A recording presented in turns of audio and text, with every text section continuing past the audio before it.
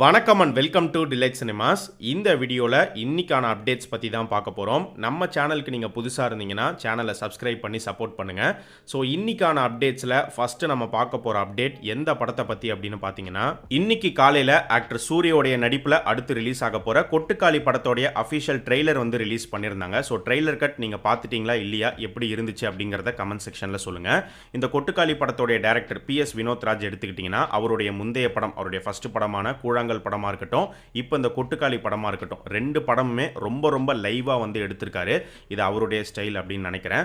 So Kottukkaali trailer cut ரொம்பவே நல்லா இருந்துச்சு. விஷுவல்ஸாக இருக்கட்டும், எடிட்டிங் பண்ண விதமாக இருக்கட்டும், அண்ட் இந்த ட்ரெய்லர் கட்டில் அந்த சேவல் சத்தத்தை வந்து பேக்ரவுண்ட் ஸ்கோரில் யூஸ் பண்ண விதமாக இருக்கட்டும், எல்லாமே ரொம்பவே நல்லா பண்ணியிருந்தாங்க. ஸோ அடுத்து சூரிக்கு இன்னொரு தரமான ஒரு ஹிட் ஒன்று தயாராகிட்டு இருக்கு அப்படின்னு நினைக்கிறேன்.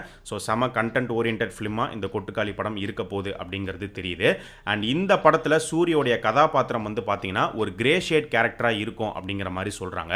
அண்ட் இந்த படத்துக்காக அவருடைய த்ரோட்டே வந்து டேமேஜ் பண்ணி அவர் நடிச்சிருக்காரு. ஸோ விடுதலை படத்தில் சூரி வந்து ஒரு போலீஸாக வந்திருந்தாரு. கருடன் படத்தில் வந்து பயங்கரமான ஒரு விசுவாசியாக நடிச்சிருந்தாரு. இந்த கொட்டுக்காளி படத்தில் அவருடைய கதாபாத்திரம் எப்படி இருக்க போகுது அப்படிங்கிறது சீக்கிரமே தெரியும். ஸோ படம் பார்த்தீங்கன்னா ஆகஸ்ட் 23 தேட்டர்ஸில் ரிலீஸ் ஆக போகுது. கொட்டுக்காளிக்கு அடுத்து இன்னொரு சூப்பரான ஒரு படமும் இருக்குது. டைரக்டர் ராமோடைய இயக்கத்தில் 7 கடல் 7 மலை. அந்த படத்துலையுமே ஒரு இன்ட்ரெஸ்டிங்கான ஒரு கேரக்டர் சூரி வந்து ப்ளே பண்ணியிருக்காரு. பட் அந்த படம் எப்போ வரப்போகுதுன்னு தெரியல. ஏன்னா அந்த படத்தையுமே பார்த்தீங்கன்னா நிறைய ஃபிலிம் ஃபெஸ்டிவல்லாம் வந்து அனுப்பிட்டு இருக்காங்க.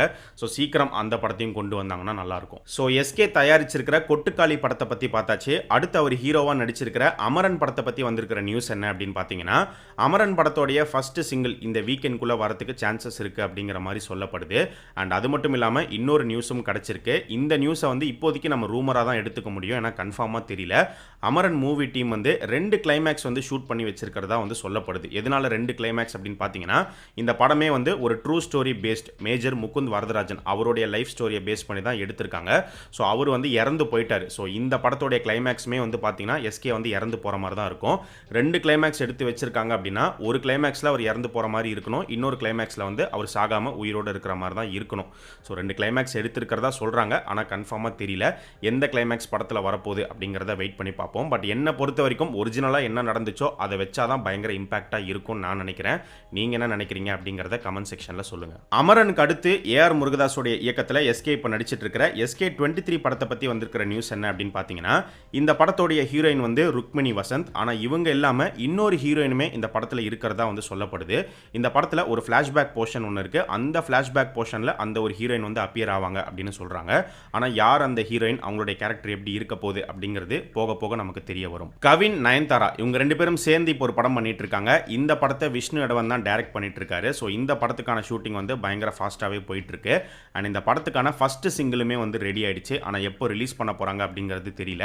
ஃபர்ஸ்ட் லுக் போஸ்டர் ரிலீஸ் பண்ணணும், அதுக்கப்புறம் தான் ஃபர்ஸ்ட் சிங்கிள் வரும் அப்படின்னு நினைக்கிறேன். ஸோ இந்த படத்துக்கு யார் மியூசிக் பண்ணியிருக்கா அப்படின்னு பார்த்தீங்கன்னா, கவினுடைய டாடா படமாக இருக்கட்டும், பிளடி பெகர் படமாக இருக்கட்டும், இப்போ இந்த விஷ்ணு எடவன் ப்ராஜெக்டாக இருக்கட்டும், இந்த 3 படத்துக்குமே ஜென் மார்டின் அவர் தான் வந்து மியூசிக் பண்ணியிருக்காரு. இந்த ஃபர்ஸ்ட் சிங்கிள் வந்து ஒரு பெப்பியான மெலடி ட்ராக்காக இருக்கும் அப்படின்னு சொல்கிறாங்க. அண்ட் இந்த பாட்டுக்கு லிரிக்ஸ் வந்து விஷ்ணு எடவன் அவரே தான் எழுதியிருக்காரு.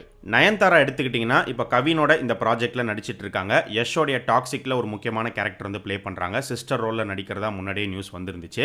அடுத்து பார்த்தீங்கன்னா Mookuthi Amman part 2க்கான announcement video கொஞ்ச நாளைக்கு முன்னாடி தான் வேல்ஸ் வந்து ரிலீஸ் பண்ணியிருந்தாங்க.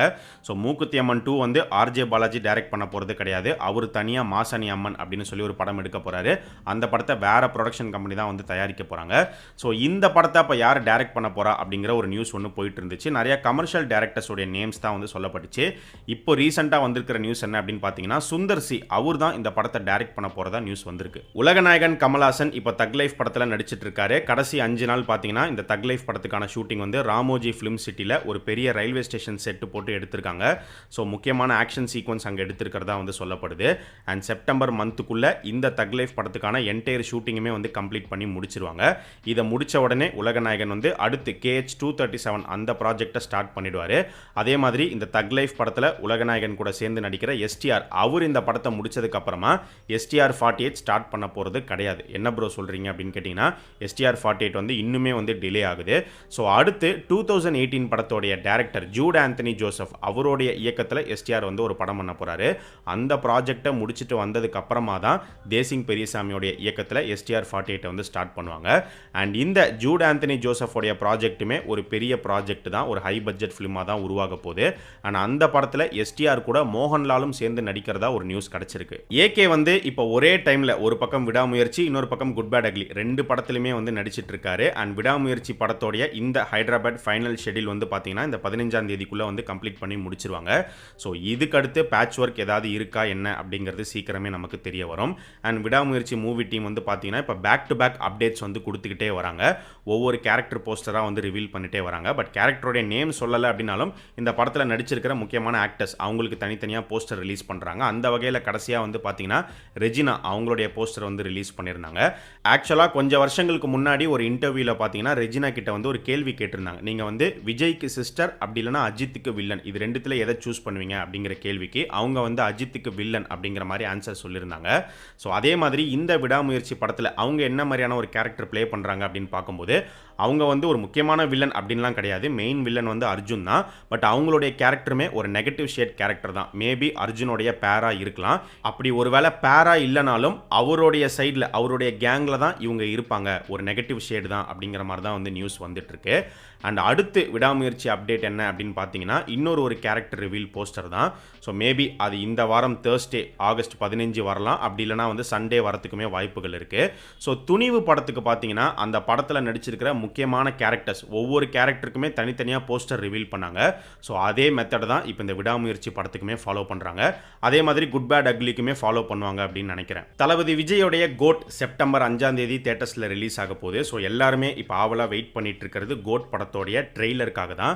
ஸோ ட்ரெய்லர் அப்டேட் வந்து இன்னைக்கு வந்துடும் அப்படிங்கிற மாதிரி நேத்தி அர்ச்சனா கல்பாத்தி வந்து ஒரு ட்வீட் போட்டிருந்தாங்க.